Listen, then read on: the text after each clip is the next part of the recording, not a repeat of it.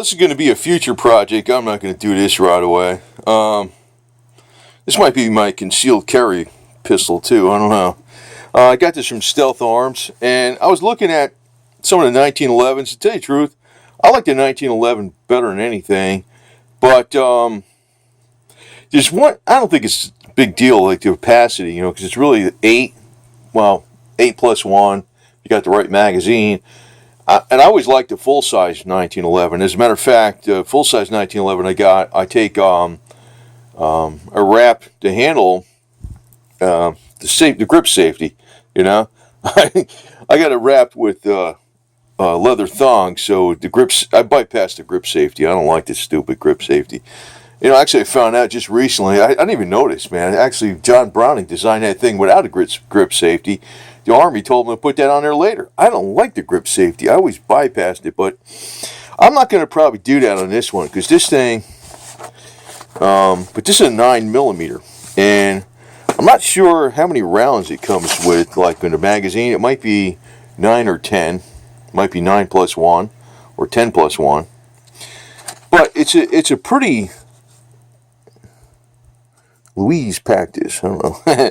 This thing comes in a really nice package, man. So it's like I ordered a frame, and I just ordered the plunger stake down, because on this, when you're milling these, they give you, some of the frames have the plunger already built into the frame, or it comes with it or something like that. You got to stake down the plunger right here.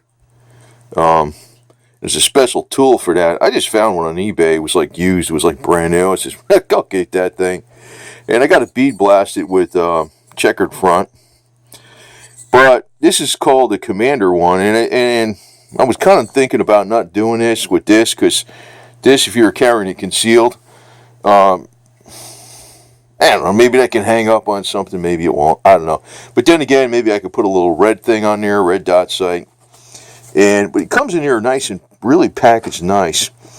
Now, with the 9mm, well, first off, you got these two side plates, and you got this screw, and basically you just sandwich it between the two side plates, and you run the cutter up and down through here, right here, and you got that little, right here is a carbide thing right here. I don't really look at this crap just yet, just looking at it right now. I mean, it's easy. You got to make sure it's oiled up. Oh, here's the cutter. I think this is the cutter right here. This is the barrel seat. Now, this one, you don't do the barrel seat because it's a 9mm. Do not cut barrel seat. See that? Barrel seat pre-machined for Clark Para ramp. So, I think the one thing I probably got to do with it, though, is maybe, do the barrel so the 9mm feeds in there. 9mm is good. I like 9mm and 45. But I was thinking, this thing is light, man. It's like freaking, God, it's like a piece of tissue paper compared to a real 40. Well, it's a 9mm, right? 1911. But I saw this guy on the internet. He said he put 10,000 rounds through one of these aluminum frame things on some kind of competitions. Not the 9mm, but the 45. Same damn deal. It ain't worn out. Well, I guess as long as you lube it, it don't wear out. It's 775 T6 heat treating. 775, 7075 aluminum, right? Just like you got on your AR-15s and whatever, right? It also comes with, I don't know what this is for. It's some kind of just emery paper or something. And this has, here's like the screws, like, you attach the plates. You put the plates on each side. And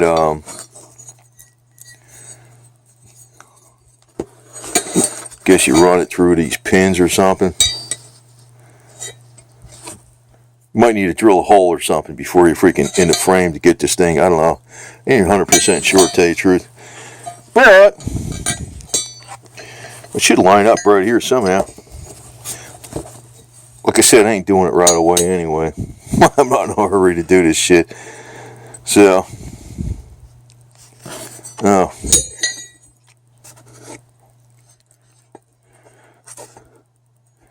Well, it's somewhere around like that. I'm going to have to read the directions. But basically, you put one of these on each side, you clamp it, and you put it in a vise. And this block right here, this block of metal, actually just sits in here. So when you clamp it together, it doesn't distort nothing on this plate. And I think it's going to go pretty quick and easy. Now, I got the 9mm because with this little, I got the Commander and a full size. I remember the Commander at a 45 really does have a lot of muzzle flip. And I says, 9mm is going to be good enough. A 9mm is a freaking strong round. People don't freaking tell you it's garbage. As a matter of fact, I wouldn't even care about just taking some of our reloads and 115 grain reloads and keeping them with me for self-defense. I could care less. Because, people get too freaked out about all the technical things too much, as long as it works good. And, but I figured, what I really liked about this, first off, in a 9mm, a 1911 and a 9mm is usually not that cheap. And because it's not as commonplace, And if you're going to get the checkered front and this stuff on it, where you can put the tactical, whatever you want to call it, you can put your little flashlight up there or your little red dot thing or some garbage. This thing is not really going to be any more money than doing it the other way. But the other side of it is there ain't no sales tax. And I'm kind of like pissed off. All the bullshit fees. There's always these little fees. There's even the part where you got to drive to a place, You drive to a place and they tell you got something and it's not in stock and the guy's not there and you're getting aggravated. Been through that garbage. Ain't doing that no more. And to me, I like the 1911 better than the M9 or the Beretta M92 when that came out in the military. I liked it better. When I was to shoot pistol all the time, I used to shoot the 1911 almost all the time. That was the one I don't know how many thousands of rounds I put through it. You can shoot plain lead, hard cast lead. I can shoot hard cast lead in this thing too. I wouldn't even care about keeping hard cast lead as my defensive round, for crying out loud. I mean, it's, what the hell you think you got in the military? You don't have this special core bond, core lock, freaking crazy ass ammunition, Yeah, I think I did mention I got the tool coming for the plunger to stake down and stuff, but this is going to be a project I'm going to be doing much later on. I really don't need this thing right now. And, they call this an 80%, but what it is, it's a hunk of metal.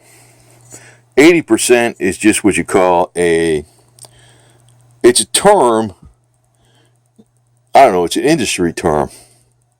This is a non-firearm. This is not even a firearm. But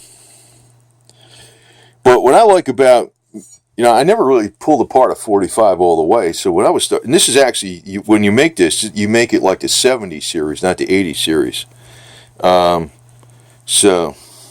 Which is good too. But the other thing is, when you make this, if you're careful with it, you can make it just as good as the best 1911s out there. The very best ones that can cost you thousands of dollars. So in other words, even though this thing might cost you over $1,000 all put together, and they do sell very good magazines with it. I don't know what the hell kind they sell. Was it Wilson Combat or some garbage? I forgot what it was. But some high quality magazine. But when you make this and you machine it yourself, you can have that slide to the perfect tolerances. You can have, where the ramp is on a barrel, where the round goes in there really good. You can adjust whatever you maybe got to adjust something on the ejector. You can customize it a little bit. I'm not going to customize it. I'm just going to freaking put in whatever parts they give me. But I think the one thing I might do that's a little custom is this grip safety. They got a grip safety with like a bump on it, so I don't think that's too bad, because I'm going to have it where you just press it in maybe just to like 10,000ths of an inch and it release the grip safety. I'll leave it intact, but I want to have it so it releases real quick, easy. But it's packaged nice, man, and it's a durable weapon. And it's good enough, man. I don't even understand why, it's like, I don't even understand why they're coming out with all these new weapons all the time. To me, a 6-shot, 2 3/4 inch or 2.5 to 3 inch barrel, 38 plus P revolver, and this, and I don't know, Ruger 22, an AK-47 is a good thing, an AR-15 is good. That's pretty much all you freaking need, man. Everything else is kind of like bells and whistles, in my opinion. You know, I never had a 9mm like one in a 1911, but I figure this should be a good carry weapon. Good enough. I might carry 2 of them too. That'd be cool. Anyway, over now.